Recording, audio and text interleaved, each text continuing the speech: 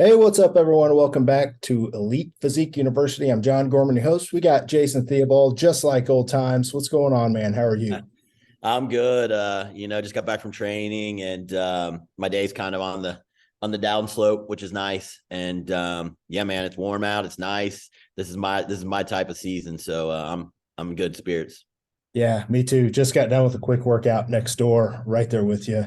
You're looking awfully tan. We were just talking before the show started. You've got I saw the pool all heated up. You've got everything working Yep. from your phone, I think, these days, Yep. right?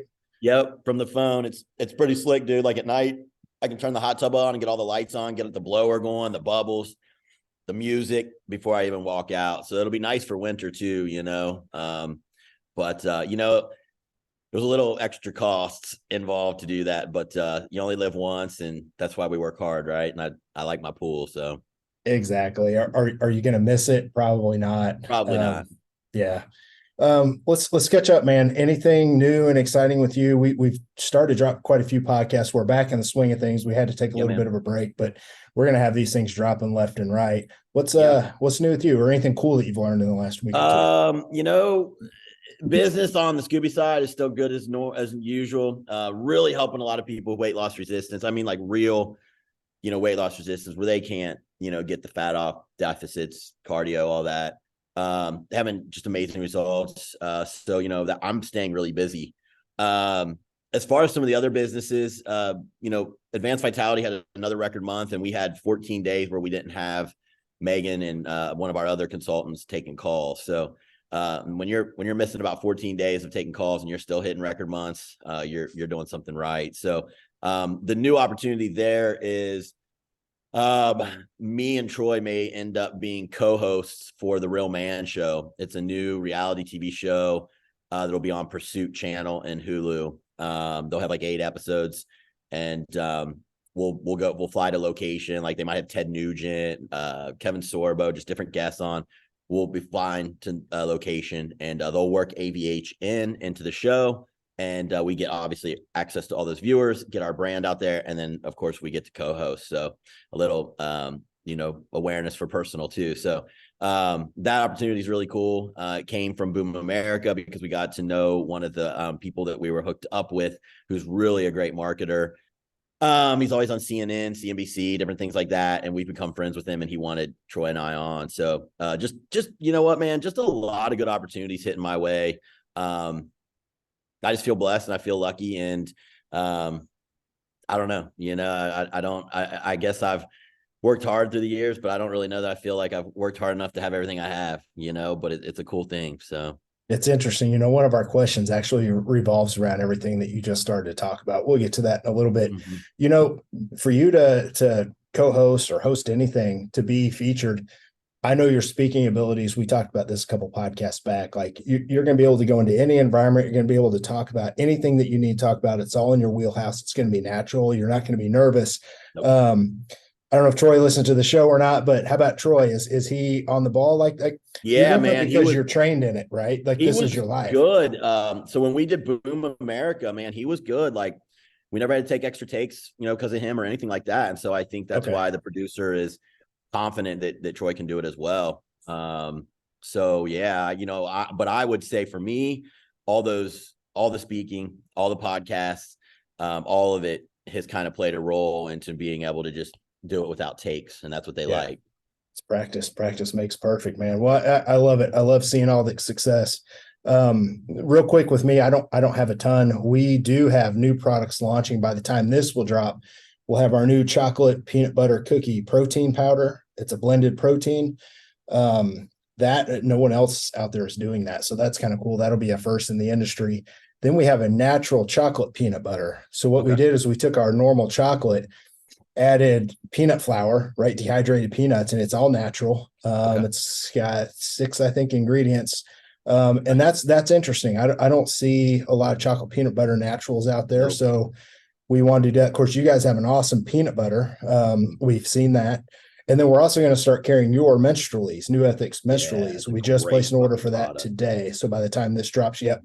We've had I've got a lot of girls taking Chaseberry to kind of help with some of that stuff. But when I looked at menstrualies and dug into it, I was like, okay, this is this is the thing that I need to add. So it'll be great for women. It's one of those products that we've been dumping more marketing into, because once women try who really have that problem, they're just like, holy shit. Like, I really didn't know there was something that existed natural that would literally make me feel this much better, you know? And all they got to do is start at 7 days pre-period and take it through the symptoms. I mean, it's a badass product. So any women listening, if you're kind of like, I don't know, I'm telling you right now, it fucking works. Yeah. We're excited to add that. And then just on the personal front, I've got a big speaking engagement at the Grit Summit where I'm going to talk about growing your business through extreme customer service. And that's going to be something I'm super excited about. So I just had a phone conference with them today about. And where is it? What was that through? It's called the Grit Summit. Okay. GRITT Grit Summit. It's a business conference, business and leadership. And I got invited to speak Nice. just to how Who to promotes it, or is it someone you know, or? The girl that reached out to me used to be a member of my gym back in the day, and she worked for the company. So they brought me on board and suggested me, but no one else in the fitness space is there. Oh, okay. A lot of entrepreneurs, a lot of people well known in the public speaking world and things like that. So, you know, she asked me today, she goes, hey, so like, what do you need? Do you need like a confidence monitor in front of you or any of that? I'm like, hell no. I was like, I don't need anything. Give me something to click the slides with and I will roll. Like I'm confidence ready. Monitor where they like roll like what you're going to say, or? Yeah, it's more of, so I had to ask her too, right? It's more of so they can see the next slide coming. And I'm like, some people are so like they memorize their slides and all that. People like you and I, we just speak from the heart because we do this every day. Yes. So I told her, I'm like, no, I'm low maintenance. Like I'll be good. So anyway, that's just going to be fun. But our topic today with these podcasts, first of all, shout out to Kayla, who's not here. She's taking care of personal business, take care of family, take care of dad. Our thoughts are with you, and she's always a big part of the show these days. She puts all this together for us. So we're missing her. Jason and I are organized. You and I are sliding into this thing sideways, just get it recorded on time today. But we do have a good show. We've got 4 really good questions. I'm just going to dive right in. I like this first one because we just talked about rebranding your business the other day, Jason. So one of the questions sent in asks, when is it time to rebrand a training business? So when did you know it was time to rebrand? Well, here's the thing. I think I knew probably a year before I did it, but I had reservations in that, you know, how's it going to work? You know, are they going to, you know, the website, and how's it going to work, you know, with emails, and how's it going to work with Instagram? And I just never sat down and like thought it all through, but I had that feeling that I was just going in a different direction, and prep no longer, it's a thing that we do, but it's not everything we do. Right. And so I think when your name, your brand, your goodwill, you've outgrown it, and it basically implies one thing that you do and you're doing 10, it's probably time to think about a rebrand.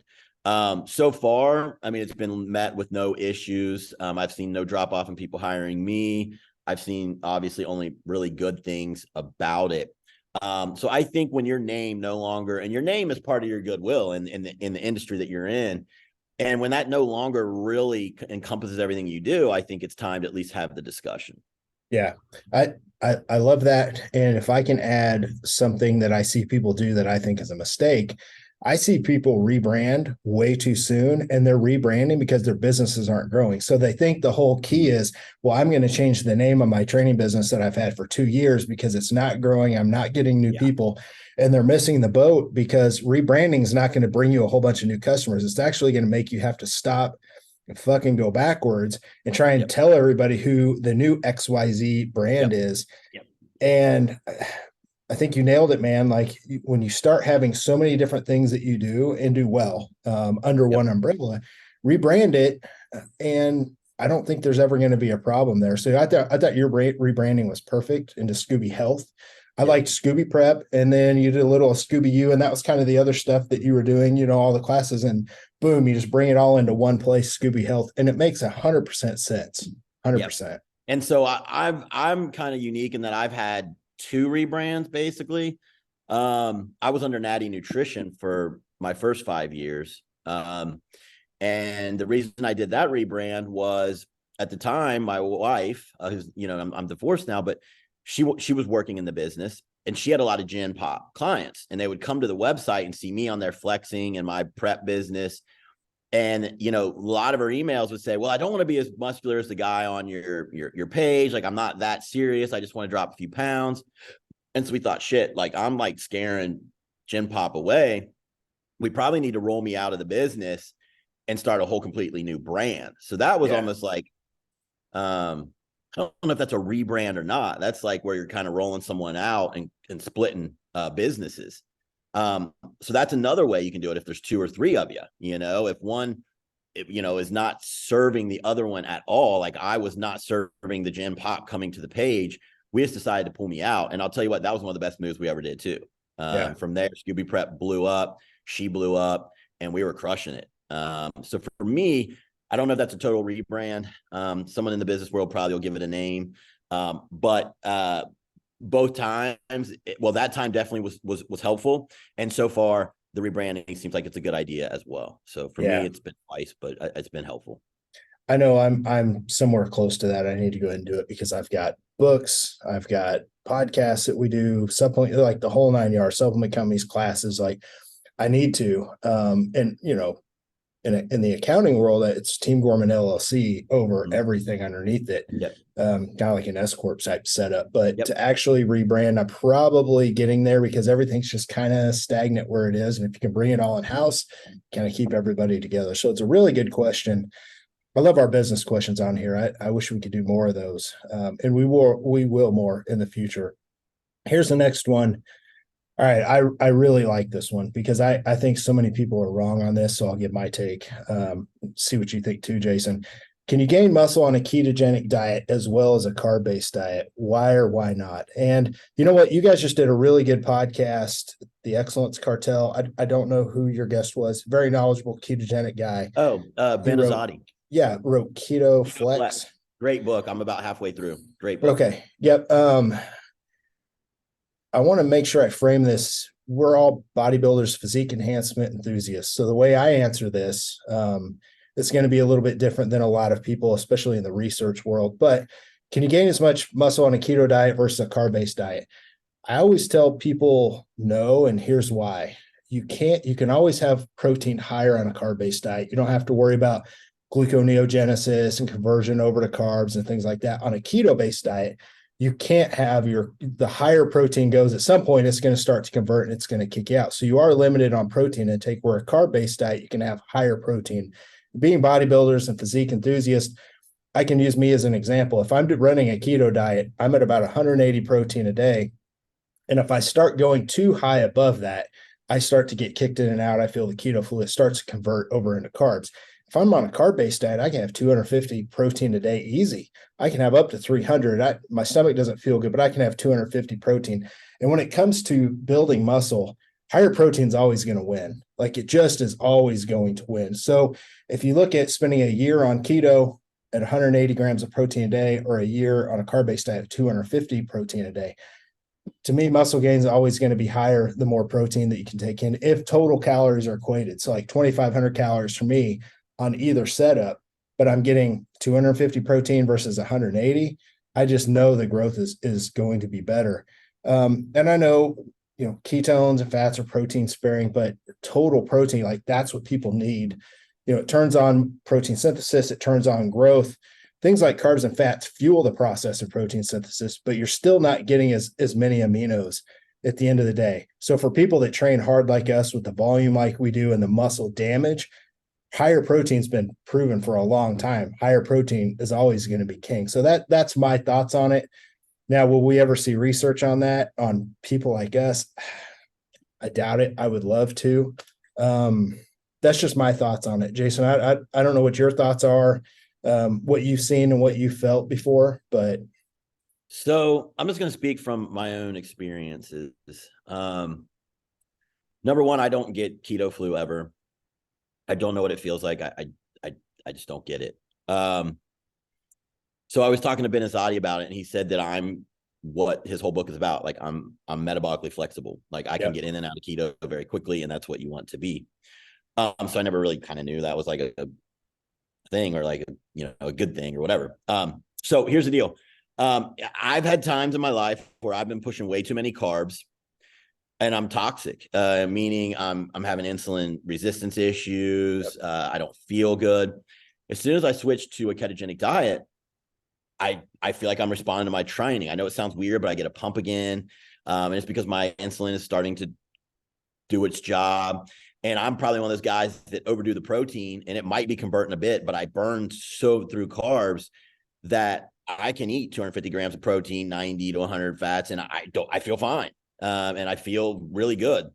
And I've grown on doing just that in shows, especially when like things weren't feeling great and I just switch over. Do I think you can gain as much? I don't. I think you need carbs to saturate the cell, to create, a wetter environment that's more of an anabolic environment. You're gonna be very dry. The cells are gonna be very dry on keto. But I do think you can gain on keto. And I think that there's certain instances and times where it's going to be more than maybe another time. And so that's what I've seen on it. But like I said, I can run my protein pretty high and still not get keto flu. Like I feel good. I feel fine. So I'm a little bit of an outlier there, but I think anyone who can put themselves into a surplus in keto, even if you do have to do it the way John does with 180, you can still build. It's just going to be slower than if you went like with a moderate carb, protein, fat approach under the same surplus. So yeah, I definitely I heard you guys talk about that on the podcast. I was driving back from setting up some wholesale accounts up in upstate, and I thought, hey, I'll listen to this. I haven't heard of this guy, and I heard him talk about that, and I thought, you know what, knowing you the way I do, that makes sense. Your protein, you can keep it super high. And I think anyone on a ketogenic diet listening, you always need to push the boundaries and find out how high, because the higher you can get your protein, the better. But once you get to that threshold, talked about that. He's like, when it's, he said, I'll start it low to get people into ketosis, and really keto adaptive. He's like, but once they're there, I start moving their protein up so that they can build more muscle. Yeah. Makes complete sense. I like to use that, 1 gram per pound of lean mass of muscle mass. Yep. That seems, for guys like us, seems to work really well, but definitely push the limits. And if you're somebody's training harder, more volume, 6 days a week, 5 days, whatever, you can probably get away with a little bit more protein. So I think you can. And, if you're someone who maybe has to do the little bit lower protein, I would definitely recommend changing your diet when you're keto. I would do probably 2 feeder sets into 1 all-out failure set and then be done with the exercise. That's always worked really well for me when I go into keto and a prep. If you're going to try to do 12, 15 reps every set and take each set to failure, you're going to burn yourself fucking out.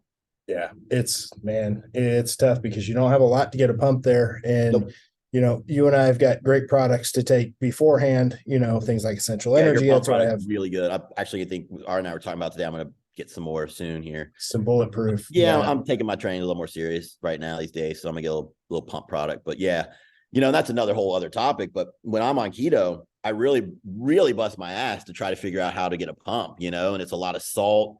I'll do MCTs that are quicker burning. I'll do like your pump product, a lot of citrulline, those types of things. Push your water high right before you're going to go train, like get a good amount of water in. Even if it's a fake pump, you got to do your best to get that pump going and feel that muscle. It's interesting that you say that, because I'll throw in one more. So if you're looking at, even though we're kind of going off course here, it's okay. I've been using your liposomal L-carnitine here. I take 2. Yep. It's got citrulline in it, which is nice. I take this before I train. I'm taking this twice a day, actually. I like this. We have a powdered L-carnitine. I carry yours as well, because some people like this versus the powder. I've been taking this during my diet phase. It's great to help with pumps. And here's the bulletproof non-stim pre-workout that I have.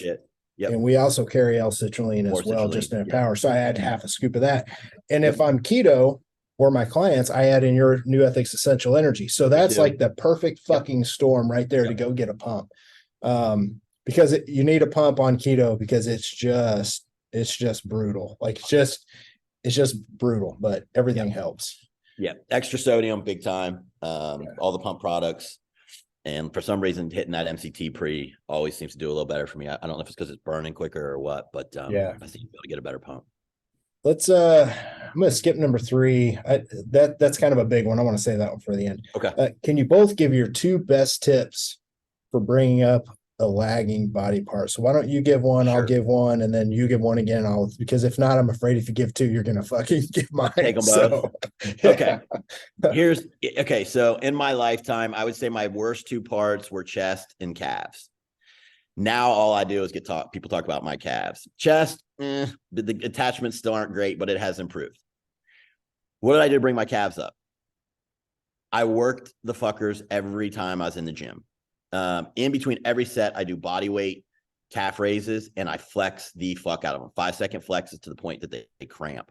I'll do like 15 to 20 of those in between every set. And when I start my warm up, I do calves, like calf work every time I'm in the gym as part of my workout. So I usually do about 4 or 5 sets heavy of calves before I warm up every time. And then I still do a calf set where I'll do 2 or 3 exercises when I train legs. So you're for me, what I found is to hit it more often. And I'm same with my chest. Every time in between sets, I do 10 to 20 push-ups, usually off of a bench, and I'm just squeezing the shit out of it. And then I hit it twice a week. So for me, what has worked is more volume, but not always heavy weight and breaking down the joint, but more volume, sometimes just body weight shit, and then adding in obviously the weights and pushing it, obviously progressive overload and all those things, but hitting it with more and more sets that are not necessarily heavy, but very much contraction has helped a lot.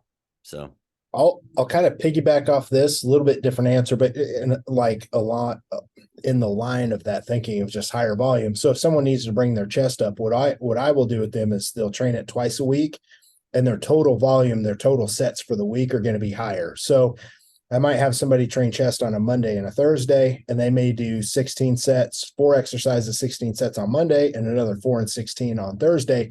And if they've got great legs and a great back, I might have them only train those once a week. They're still going to grow. They're just not going to grow as fast as your chest. So volume seems to be king there because everyone's going to train with hard intensity, or, most people are.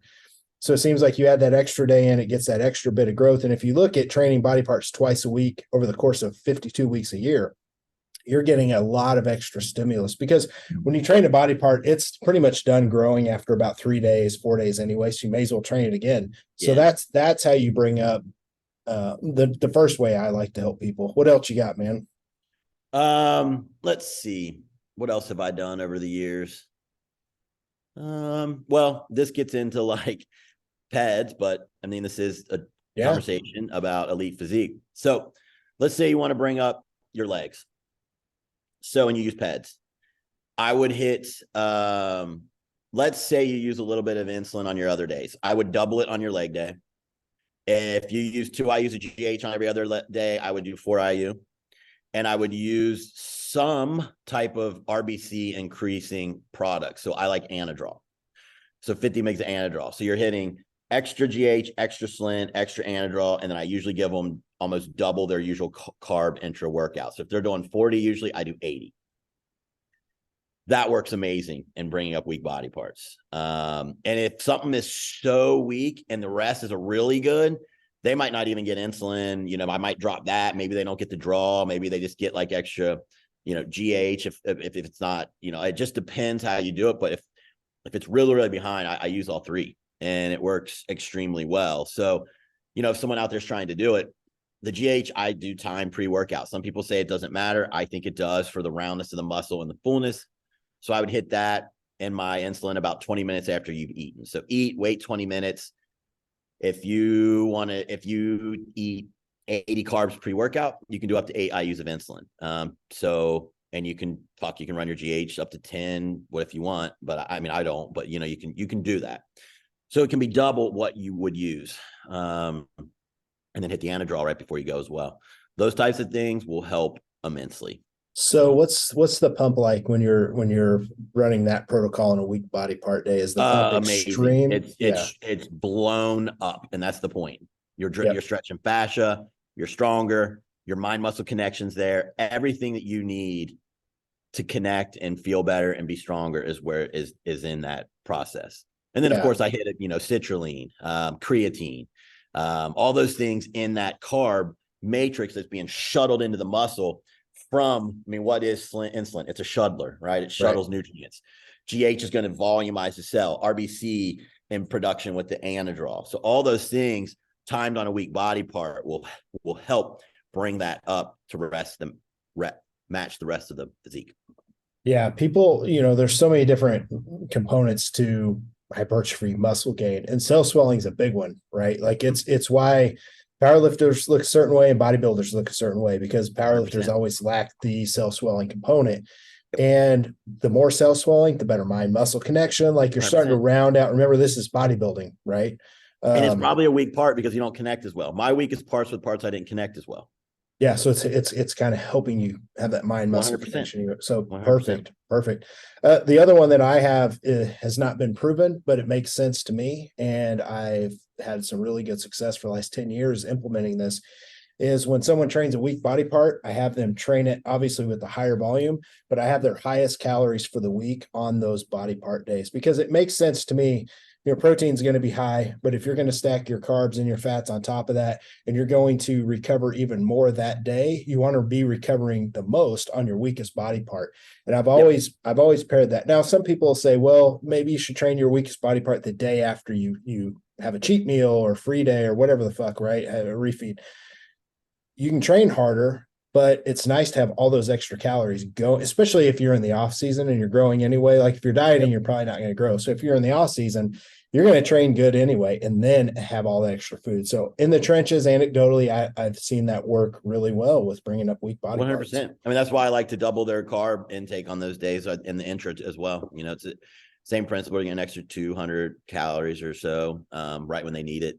So yeah, all those things, work. And if you're a natural athlete, you only got so many tools, and that certainly was something that I think would work really well. 100%. All right, man. This one's an important one. We don't normally get stuff like this. I pulled this I did a consultation the other day, and I thought this is perfect for you and I. Okay. Here's the question.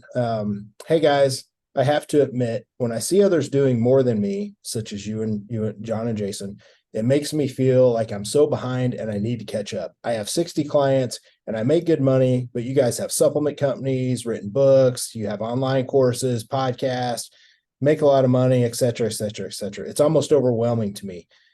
Have you ever felt this, and how do you deal with it? So this is interesting, man. I actually made a post about this today, but this is going to come out after that. Have you ever felt like that earlier in your career? Do you feel like that now? Do you see other things like talk about that? I'm trying to think back, and